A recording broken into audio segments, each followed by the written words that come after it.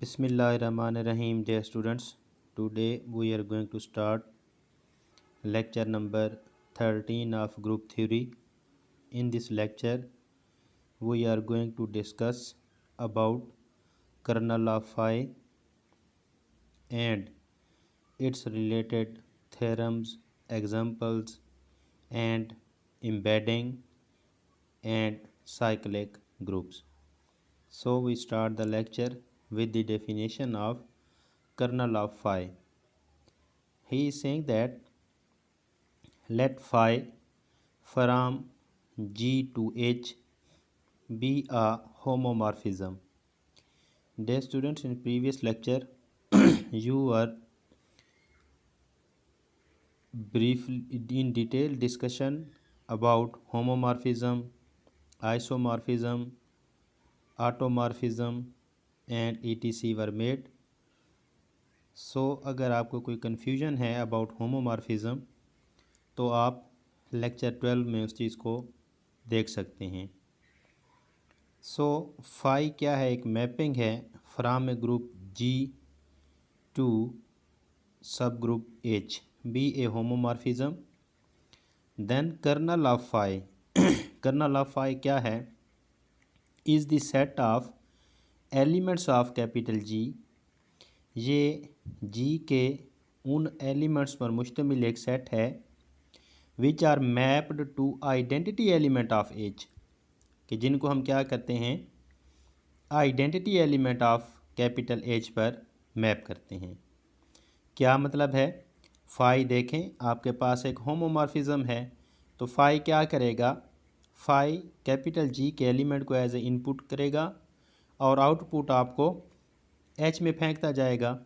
अब जी के वो एलिमेंट्स कर्नल ऑफ फाई में आएंगे जिनका इमेज अंडर फाई जो है आइडेंटिटी होगा, यानी कि जी के वो elements which are mapped upon the identity element of capital H will go to kernel of phi. So kernel of phi क्या होता है हमारे पास? कर्नल ऑफ फाई जो है वो एक जी के एलिमेंट्स पर मुश्तमिल सबसेट होता है जो हमारे पास कैसे एलिमेंट्स पर मुश्तमिल होता है, जिसमें एलिमेंट तो कैपिटल जी के होते हैं लेकिन वो जी के ख़ास एलिमेंट होते हैं। ख़ास इसलिए कि उन तमाम का इमेज क्या आ रहा होता है? कैपिटल एच की जो आइडेंटिटी है वो। Mathematically kernel of phi is equal to g belonging to capital G such that phi of ji is equal to e belong to capital H, कि कर्नल ऑफ फाई में क्या हैं? ऐसे element मुश्तमिल होंगे ऐसे एलिमेंट पाए जाएंगे जी के such that phi of ji is equal to E, के कैपिटल जी के वो एलिमेंट्स जिनका image identity element of H आ रहा हो वो कर्नल ऑफ फाई में आएंगे। Next we discuss what is embedding. Embedding, by embedding G into G dash we mean there is subgroup of G dash which is isomorphic to capital G. Dear student, इसको थोड़ा सा मज़ीद detail में देखते हैं। Embedding का literal meaning जो होता है वो है हमारे पास, जैसे हम एम्ब्रॉयडरी करते हैं किसी कपड़े पर, कशीदाकारी करते हैं, या आपको कोई प्लेन क्लॉथ दिया जाए और आप उसके ऊपर कोई डिज़ाइन चिस्पा कर दें, दैट इज़ कॉल्ड एम्बेडिंग। अब एम्बेडिंग क्या होता है? एम्बेडिंग में वो हिस्सा जिस पर आपने एम्ब्रॉयडरी की होती है, कशीदाकारी की होती है, वो होता तो ओरिजिनल जो आपके पास अनस्टिच्ड क्लॉथ होता है उसका ही पार्ट है, लेकिन उसका एक लिंक बन जाता है किसके साथ? एक और कपड़े के साथ जो ऊपर एम्बेड किया जाता है या जो ऊपर कशीदाकारी की जाती है। बाय एम्बेडिंग भी यही है, जी इंटू जी डैश है। बाय एम्बेडिंग जी, के जी से मुराद वो आपका पैटर्न है, वो आपका नमूना है जिसको आपने ओरिजिनल अनस्टिच्ड क्लॉथ के ऊपर चिस्पा करना होता है, वो आपका कैपिटल जी है। और जी डैश आपके पास वो पूरा अनस्टिच्ड क्लॉथ है। वी मीन देयर इज़ सब ग्रुप ऑफ जी डैश, कि जी डैश का वो हिस्सा जो जी को कवर कर रहा है वो सब ग्रुप होगा of G dash which is also क्या है, which is isomorphic to capital G. So this is the concept of embedding in sets.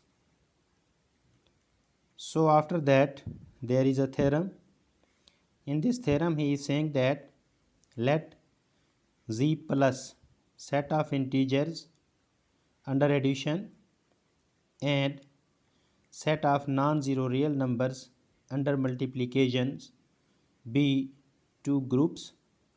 Then for each r belonging to non-zero set of real numbers under multiplication there exists one and only one embedding given as, कैसे दी जाती है, f r from z positive set of integers under addition to set of non-zero real numbers under multiplication and defined as f r n is equal to r raised to the power capital N.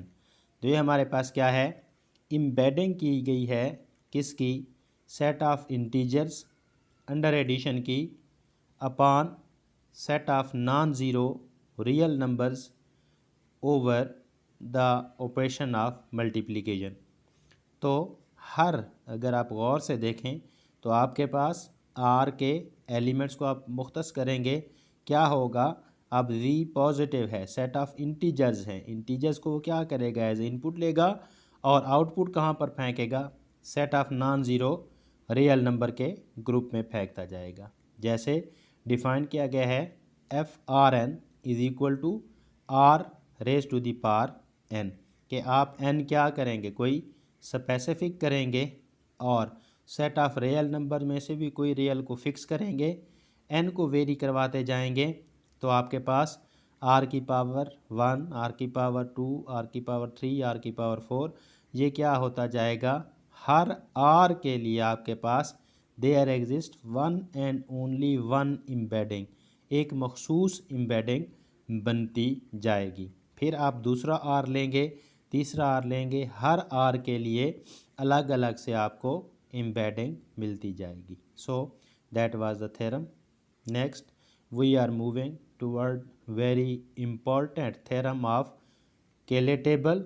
केले theorem है, Cayley tables भी होता है हमारे पास, लेकिन जहाँ पर हम तीन जो स्टेटमेंट्स हैं केलेस थ्योरम की वो हम डिफ़ाइन करेंगे, उनको हम देखेंगे, और ये बहुत ही इम्पॉर्टेंट थ्योरम है in the history of group theory.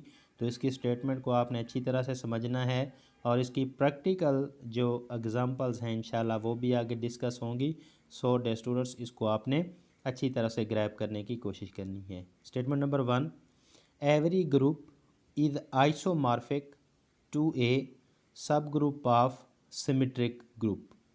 क्या कह रहे हैं यहाँ पर, आइसोमॉर्फिज्म का रिलेशन किया गया है किसके साथ, कि हर ग्रुप, जितने भी जो भी ग्रुप आप लें, कोई सा भी ग्रुप आप अंडर कंसिडरेशन करते हैं, तो वो क्या है, आइसोमॉर्फिक है यानी कि उसकी सेम कॉपी पड़ी है कहाँ पर, to a subgroup of A symmetric group, कि वो जो आपके पास सिमेट्रिक ग्रुप हैं, सिमेट्रिसिटी ऑफ ए ट्राइएंगल है, सिमेट्रिक ग्रुप ऑफ रेक्टेंगल है, ट्राइएंगल है, स्क्वायर है, रेक्टेंगल है, तो वो सारे आपके पास सिमेट्रिक ग्रुप्स आते हैं, 4-5 मशहूर किस्म के, वो भी हम डिस्कस करेंगे। तो यहाँ पर वो यही बात कह रहा है कि एवरी ग्रुप, कोई भी आप ग्रुप उठाते हैं तो वो क्या होगा, आइसोमॉर्फिक होगा to a subgroup of A symmetric group. तो डे स्टूडेंट्स, जो आइसोमॉर्फिज्म का रिलेशनशिप है ये बहुत ही डीप कॉन्सेप्ट है। रीज़न इज़ कि इसके लिए अगर आप एक ग्रुप की प्रॉपर्टीज़ हैं उनको अगर आप डिस्कस कर लेते हैं तो जितने भी आइसोमॉर्फिक ग्रुप होंगे उस ग्रुप के, तो उन तमाम में भी वही प्रॉपर्टीज़ पाई जाएंगी। तो ये हमारी जो स्टडी ऑफ ग्रुप थ्योरी है उसको मज़ीद स्ट्रेंथन करता है, मज़ीद डीप करता है। उसके बाद इसी केले थ्योरम की दूसरी स्टेटमेंट है, every group is isomorphic to some permutation group. Permutation के बारे में आपने पिछले लेक्चर में पढ़ा है। A bijective mapping from a group to itself जो है वो परमुटेशन कहलाती है। Every group is isomorphic to some permutation group, के परमुटेशन ग्रुप जो हमारे पास आए थे, सिमेट्रिक ग्रुप भी हम उनको बोल रहे थे, तो उन परमुटेशन ग्रुप के क्या होगा, कोई भी ग्रुप लेंगे तो वो उसके आइसोमॉर्फिक निकलेगा।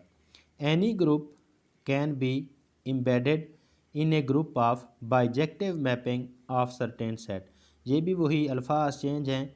बाइजेक्टिव मैपिंग का जो ग्रुप है उसे हम परमुटेशन ग्रुप ही बोलते हैं। Any group can be embedded, कि कोई भी ग्रुप हो तो उसको एम्बेड किया जा सकता है, मतलब उसके क्या है, कोई ना कोई सब ग्रुप जो उसके होमोमॉर्फिक हो और उसके जो आइसोमॉर्फिक हो वो हम ले सकते हैं। सो ये 3 स्टेटमेंट्स हैं केलेस थ्योरम की which are very important. Next we move towards cyclic group. Dear student, cyclic group जो है वो हम अगले लेक्चर में करेंगे। आज तक के लेक्चर में यही काफ़ी है। वीडियो आपको अच्छी लगे तो ज़रूर सब्सक्राइब करें। अल्लाह हाफ़िज़।